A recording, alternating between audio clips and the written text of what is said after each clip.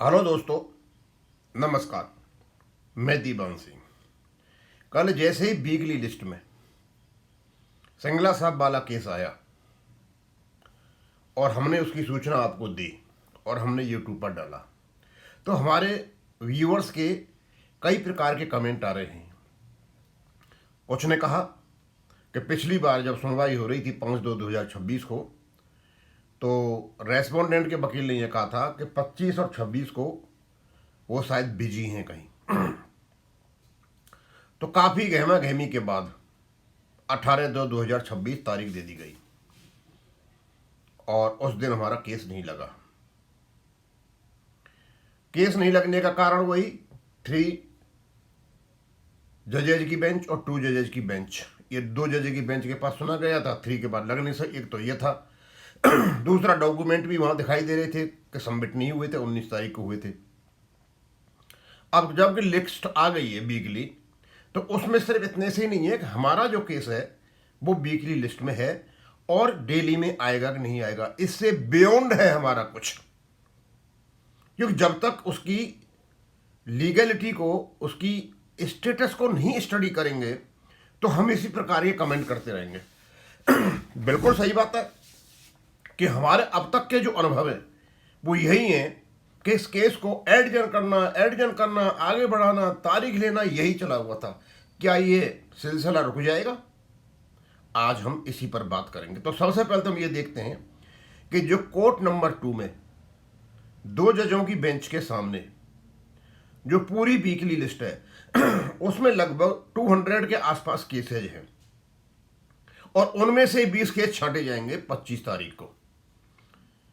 तो भाई हमारे केस की स्थिति क्या होगी? हमारा केस लगेगा या नहीं लगेगा?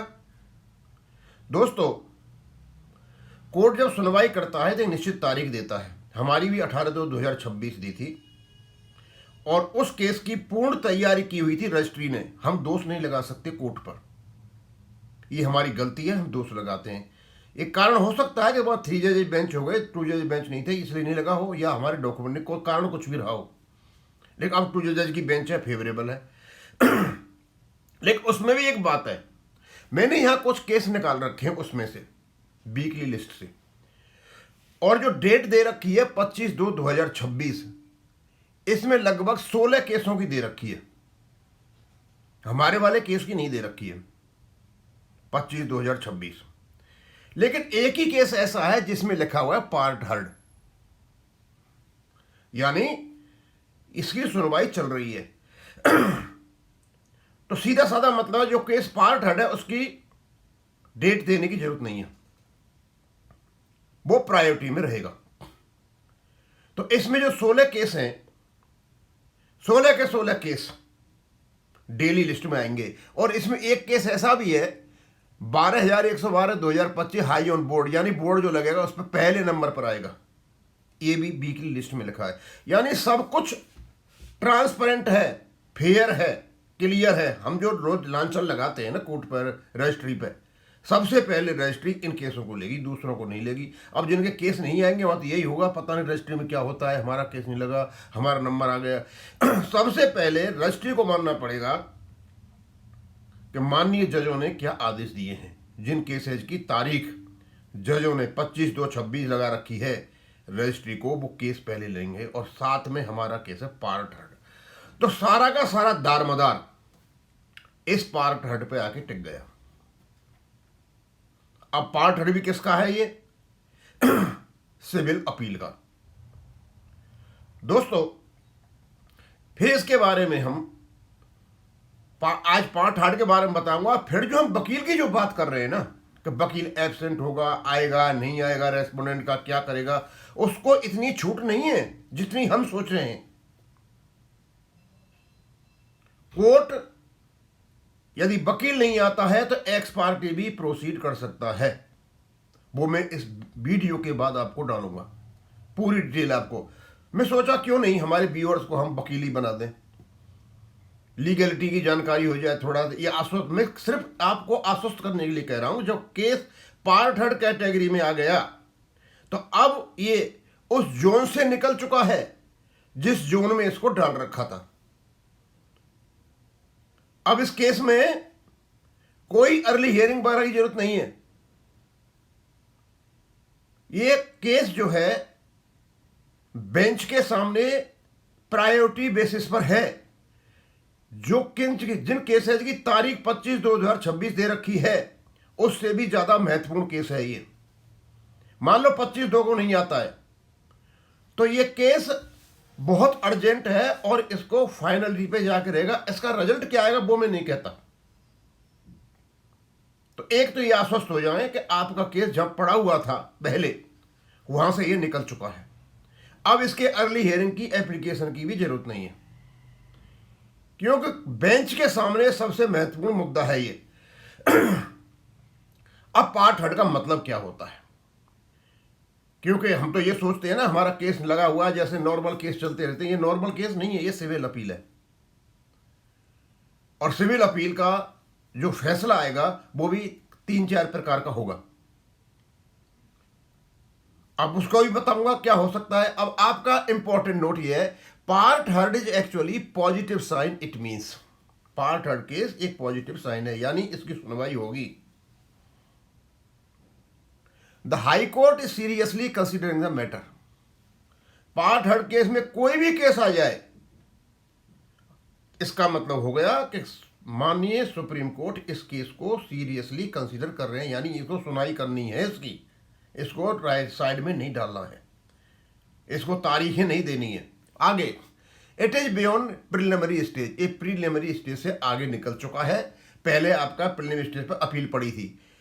It is closer to final disposal then fresh matters. और ये फाइनल डिस्पोजल यानी फाइनल जजमेंट के लिए है, फ्रेश मैटर के बजाय। अब कोई फ्रेश मैटर होता सुनवाई होती, इस तारीख को दो, इस तारीख को दो, इस तारीख को दो, कई महीनों की तारीख निकलती रहती, फिर आता नहीं आता।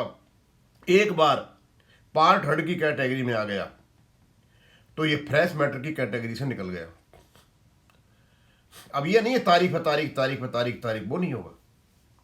और दोस्तों जब ये कंप्लीट हो जाएगा उसके बाद एक कंडीशन और आएगी, क्योंकि आपको पता है कि ये फ्रेश केस नहीं है, सिविल अपील है। यानी जो चंडीगढ़ हाई कोर्ट का केस था ये उसकी सुनवाई हो रही है, न कि नए केस की। इसीलिए कोर्ट में अराइज वालों को नहीं बोलने दिया, क्योंकि वो फ्रेश पार्टी थी। After completion of hearing the court में अब क्या क्या कर सकते हैं, कोर्ट क्या क्या कर सकता है। Allow the appeal set aside lower court, या आपकी अपील को अलाउ कर सकते हैं, यानी आप जीत सकते हो। और जो हाई कोर्ट का जो केस था उसको सेट असाइड में निरस्त किया जा सकता है। आप केस जीत सकते हो, हाई कोर्ट की अपील को निरस्त किया जा सकता है। एक आएगा, ये आ सकता है फैसला। दूसरा डिसमिस द अपील, आपकी अपील को डिसमिस कर, यानी कि आप केस हट जाओ। एक कंडीशन ये हो सकती है। मॉडिफाई द जजमेंट, जो जजमेंट आया है उसमें कुछ परिवर्तन कर दिया जाए, यानी अपनी ओर से कोर्ट कुछ नहीं कर रहा है, सारा का सारा उसी का हो रहा है। अपील अलाउड है, अपील में इन्हें क्या क्या मांग रखा है वो अलाउ हो जाएगा। दूसरा, आपकी अपील को कोर्ट डिसमिस कर दिया कि नहीं, आपकी अपील मतलब कोई है नहीं इंपॉर्टेंट चीज, इसलिए हम अब डिसमिस करते हैं, उसमें कुछ परिवर्तन कर सकता है। एक सबसे बड़ी बात जो होगी, और ये केस को खींचेगा कम से कम 2-3 महीने, रिजर्व द जजमेंट। जजमेंट को कोर्ट रिजर्व रख सकता है, ऑर्डर बाद में दिया जाएगा। और मुझे यही लग रहा है जजमेंट रिजर्व होगा। अपील आपकी अलाउ होने के बाद भी, यानी जब केस जीत जाओगे उसके बावजूद भी कोर्ट जजमेंट को रिजर्व रखेगा, क्योंकि जजमेंट लिखने में टाइम लगेगा, साथ के साथ नहीं किया जा सकता। साथ के साथ करते हैं ओपन कोर्ट में तो दूसरे दिन उनको डालना पड़ेगा अपनी वेबसाइट पे। तो आपका जो केस होगा ये रिजर्व रखा जाएगा। अब रिजर्व कब तक रहता है ये कोर्ट के ऊपर है, और उसको मैक्सिमम टाइम दे रखा है 60 दिन, ये 90 दिन तक भी जा सकता है। तो हम जो अभी हड़बड़ी मचा रहे हैं ना, अभी हो जाएगा। तो आप ये मान के चलिए कि कोर्ट का फैसला भी आएगा तो वो रिजर्व रखा जाएगा, और 2 महीने से पहले फैसला नहीं आ रहा है। अब पार्ट हर्ड का जो मैटर है उसको मैं बाद में बताऊंगा एक्चुअली पार्ट हर्ड का मतलब क्या होता है। तो आप ध्यान रखें कि आपका केस, ये जो डेट दे रखी है किस डेट को सुनवाई होगी, उन सबसे ऊपर टॉप पर है ये। ये कोर्ट की जिम्मेदारी है। और यदि रेस्पोंडेंट का वकील नहीं आता है तो कोर्ट क्या क्या कर सकता है उसे मैं आपको इस वीडियो के बाद बताऊंगा। तो मुझे लगता है आपको काफी आश्वस्त होंगे कि आपका केस पार्ट हेड कैटेगरी में है, चिंता करने की बात नहीं है। इसकी सुनवाई होगी। सुनवाई का रिजल्ट क्या आता है? दो ही रिजल्ट आएंगे। अपील को या तो डिसमिस किया जाएगा या फिर आपके जजमेंट को रिजर्व रखा जाएगा, और रिजर्व रखने के बाद इसका फैसला आएगा। अब इसको भी यहीं खत्म करूंगा। थैंक यू, धन्यवाद।